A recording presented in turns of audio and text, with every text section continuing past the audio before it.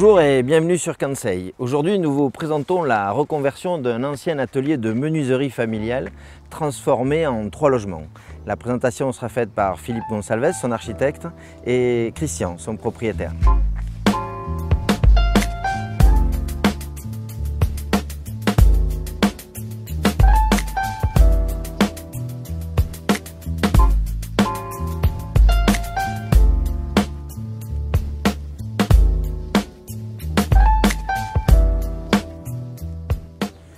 Christian, bonjour. Bonjour. Merci de nous accueillir dans un ancien lieu dans lequel vous habitiez autrement. Quel était ce lieu auparavant?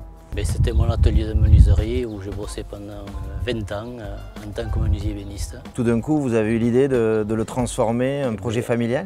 Après 17 ans d'inactivité dans l'atelier, nous avons décidé avec nos enfants de le réhabiliter en faisant des appartements pour chacun. D'accord, donner lieu donc à une autre fonction. Refaire une autre vie à quelque chose qui tenait à cœur pour que ça reste dans la famille. Aujourd'hui, on cherche plutôt à se séparer les parents et vivre ailleurs, et là vous avez décidé de vivre ensemble. On vit ensemble parce que bon, on a toujours été dans ce mode de fonctionnement aussi. Alors comment ça circule en fait dans ce lieu? Comment vous passez des uns chez les autres ou chacun sa terrasse en fait? Chacun est chez soi. Et après il y a des rencontres amicales, comme l'on dit maintenant, autour des petits repas festifs. Au départ, à l'architecte, donc, quelle a été la demande initiale? Qu'est-ce que vous lui demandez au départ? De garder quand même l'esprit de l'atelier, tout en restant un lieu fonctionnel, et ce qu'il a respecté d'ailleurs. Je crois même que vous avez gardé le nom de... Et le bâtiment s'appelle toujours l'atelier. La résidence, l'atelier, bon, il fallait trouver un nom. Les enfants ont tenu à ce que ça s'appelle toujours l'atelier, parce que quand ils venaient, ils disaient on va à l'atelier. Félicitations en tout cas d'avoir su préserver vos valeurs et l'esprit de famille. Et bonne vie dans ce nouveau lieu. Merci beaucoup. Merci. À très bientôt. Au revoir, à bientôt.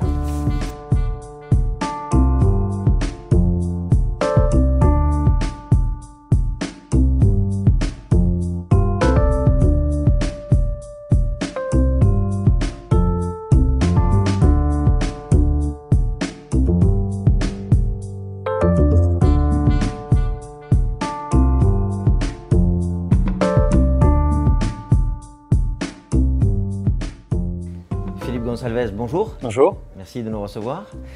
Pouvez-vous nous parler de votre agence et de vos domaines de prédilection? Alors on est donc agence architecture.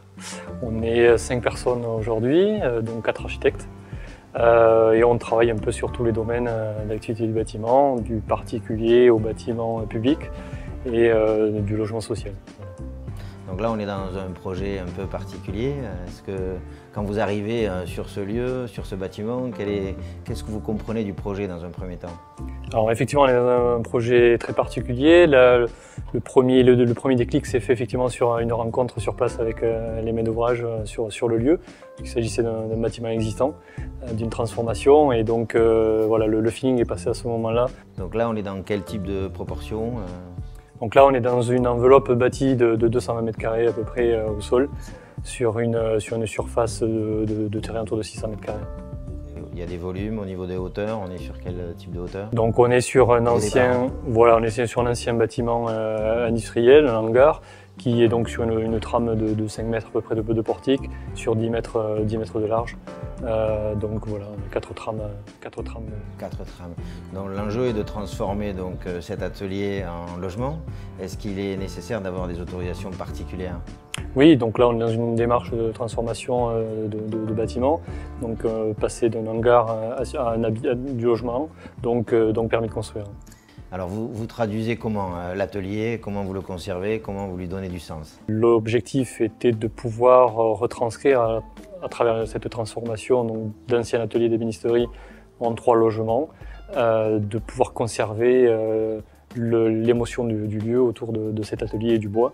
Et donc voilà, à travers tous les dispositifs de lumière, d'ambiance, de matériaux. Alors justement, le bois, la lumière, comment allez-vous utiliser ces matières pour les mettre en évidence? Donc la lumière a été effectivement un gros travail. On n'a rien inventé, on est reparti déjà des travaux de lumière qu'il y avait sur l'ancien bâtiment.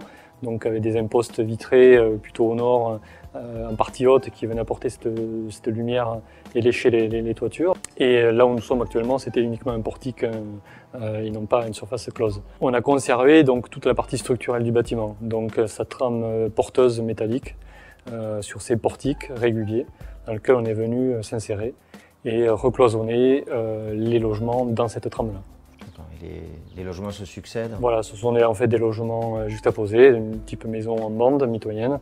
Donc chaque logement est indépendant, à son entrée particulière et son espace extérieur. Vous utilisez le bois aussi à l'extérieur?